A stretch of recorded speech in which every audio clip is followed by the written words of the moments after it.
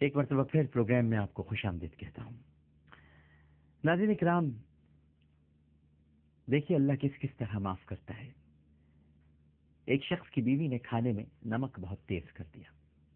اس آدمی کو غصہ تو بہت آتا ہے، مردوں کو بڑا غصہ آتا ہے، اور رمضان المبارک میں تو کچھ زیادہ ہی آتا ہے۔ اپنے گھروں میں آ کے بڑا غصہ نکالتے ہیں اپنی بیویوں پر۔ لیکن پھر اس نے سوچا کہ اگر میری لڑکی سے ایسی خطا ہو جاتی تو میں اپنے داماد سے کیا معاملہ پسند فرماتا؟ میں تو یہی پسند فرماتا کہ وہ اسے معاف کر دے، اور میں بھی کسی کا داماد ہوں، اور یہ حق تعالیٰ کی بندی ہے۔ بس اس شخص نے معاف کر دیا اور بیوی کو کچھ نہیں کہا۔ جب اس شخص کا انتقال ہو گیا تو ایک بزرگ نے اس شخص کو خواب میں دیکھا اور دریافت کیا کہ تیرے ساتھ کیا معاملہ ہوا؟ وہ کہنے لگا کہ اللہ سبحانہ و تعالی نے میری تمام تر نالائقی کے باوجود مجھ پر رحم فرمایا، اور یہ کہا کہ تو نے ہماری فلاں بندی پر فلاں وقت رحم کیا اور سزا نہ دی، اسے معاف کیا، اس کے بدلے جا ہم تجھے معاف کرتے ہیں۔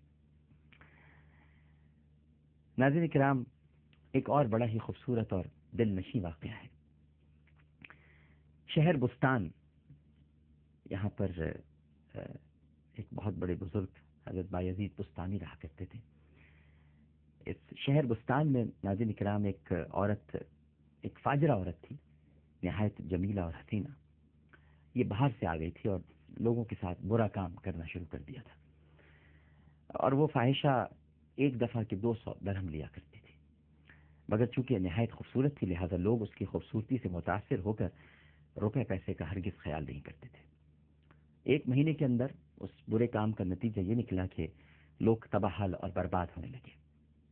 آخر کار لوگ حضرت بایزید بستانی رحمہ اللہ تعالی کے پاس آئے، جو شہر کے کامل درویش تھے، اور آپ کو اس عورت کا حال اور احوال بتایا، اور آپ سے عرض کی کہ کچھ کیجئے اس معاملے میں۔ آپ نے اس عورت کے پاس جانے کی حامی بھر لی، اور مغرب کی نماز کے بعد آپ 200 درہم لے کر اس کے مکان کی طرف چل پڑے۔ جب رات کے 9-10 بجے تو اس عورت کو خیال ہوا کہ آج لوگوں کی آمد و رفت کیوں نہیں ہو رہی ہے، حالانکہ اس وقت روزانہ حد سے زیادہ ہجوم ہوتا ہے۔ اپنے نوکر کو باہر دیکھنے کے لیے بھیجا کہ بھئی دیکھ کر آؤ باہر کیا معاملہ ہے۔ اس نے دیکھا کہ باہر دروازے پر حضرت بایزید بستانی رحمہ اللہ تعالی موجود ہے۔ لوگ آتے ہیں، ان کو بیٹھا دیکھتے ہیں اور چلے جاتے ہیں۔ بڑا تعجب کر رہے ہیں کہ حضرت بایزید بستانی رحمہ اللہ تعالی آج یہاں پر کیا کر رہے ہیں۔ القصہ نوکر نے جا کر اطلاع دی۔ یہ سنتے ہی نوکر کو اس نے بھیجا اور کہا کہ دریافت کرو کہ بھئی وہ یہاں کیوں آئے ہیں، کس لیے آئے ہیں۔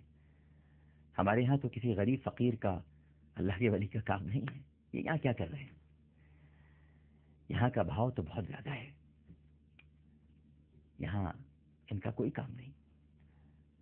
نوکر نے آ کر دریافت کیا کہ حضرت کیسے تشریف لائے، کیا بات ہے، کوئی کام ہے؟ آپ نے فرمایا کہ بھائی میں اس عورت سے ملنے کے لیے آیا ہوں۔ اس نے کہا جناب یہ تو بہت بڑی عورت ہے، 200 درہم سے کم میں ذات آمادہ نہیں ہوتی ہے، اگر آپ کے پاس 200 درہم ہیں تو میں اندر جا کے بات کرتا ہوں۔ آپ نے فرمایا مجھے منظور ہے اور میں 200 درہم دینے کے لیے تیار ہوں۔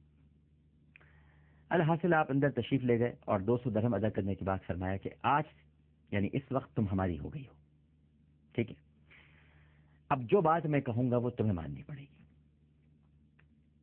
عورت نے جواب دیا حضور بالکل درست ہے، آپ نے 200 درہم دی ہیں، جو آپ کہیں گے وہ میں مانوں گی، آپ صحیح فرما رہے ہیں۔ تو آپ نے فرمایا کہ اب تم ایسا کرو کہ ان ریشمی کپڑوں کو اتارو اور ایک سفید کپڑا پہنو اور وضو کر کے جلدی سے میرے پاس آؤ، اور بس ایک مسلح بھی لیتی آنا اگر تمہارے پاس ہے، نہیں تو میں اپنی چادر بچھا دیتا ہوں۔ وہ حسب حکم اس نے ریشمی کپڑے اتارے ناظرین کرام، اور پھر سفید کپڑے پہنے، وضو کیا، اور پھر آپ نے جو چادر بچھائی اس پر کھڑی ہو گئی۔ آپ نے فرمایا کہ بس قبلہ رخ کھڑی ہو جاؤ، اور جیسی وہ قبلہ رخ ہوئی آپ نے بہت ہی عاجزی کے ساتھ اللہ تعالیٰ کے حضور مناجات کرتی شروع کر دی، یعنی حضرت بایزید بستانی رحمہ اللہ تعالیٰ نے، اور کہا کہ اے خدایا تو دانا اور بینا ہے، اے مالک بس یہاں تک میرا بس تھا، بس یہاں تک، یعنی زنا سے نمازی کی صورت بنا کر میں پیش کر سکتا تھا، اب اس سے زیادہ میں نہیں کر سکتا پروردگار۔ مصلی تک لانا میرا کام تھا، میں نے اپنا کام پورا کر دیا، اب باقی تیرا کام ہے، یعنی اس کے قلب کو الٹ دینا، جس کا قلب ہے اس کو تو الٹ دے، یہ تیرا کام ہے، ہدایت دینا تیرا کام ہے، مصلی تک میں لے آیا ہوں۔ ناظرین کرام، یہ مناجات اتنے درد سے وہ کر رہے تھے، اس طرح سے رو رو کر آنسو بہا کر اپنے رب کی بارگاہ میں وہ التجا اور فریاد کر رہے تھے کہ اس فاحشہ عورت نے جب یہ دیکھا کہ یہ تو میرے کوٹھے پر بھی خدا کو نہیں بھولے، اللہ اکبر، یہ تو میرے کوٹھے پر بھی خدا کو نہیں بھولے، بلکہ میری ہدایت کے لیے نہایت عاجزی کے ساتھ بارگاہ الہی میں مناجات کر رہے ہیں، تو اس عورت کے دل میں خوف خدا طاری ہوا، دل خوف خدا سے لرز اٹھا، اور وہ اپنے گناہوں پر نادم ہو کر ڈری اور سوچنے لگی کہ میں تو رات دن خود بھی اور اللہ کی مخلوق کو بھی گناہوں میں مبتلا کرتی رہتی ہوں، آخر میرا کیا حال ہوگا؟ بس یہ خیال آتے ہی اس عورت نے کھڑے کھڑے اپنے گزشتہ تمام گناہوں پر اپنے رب کے حضور معافی مانگی، اور حضرت بایزید بستانی رحمہ اللہ تعالی سے عرض کی، آج سے میں نے اس گناہ سے توبہ کی، آپ مجھے اپنی خاتمہ بنا لیجیے۔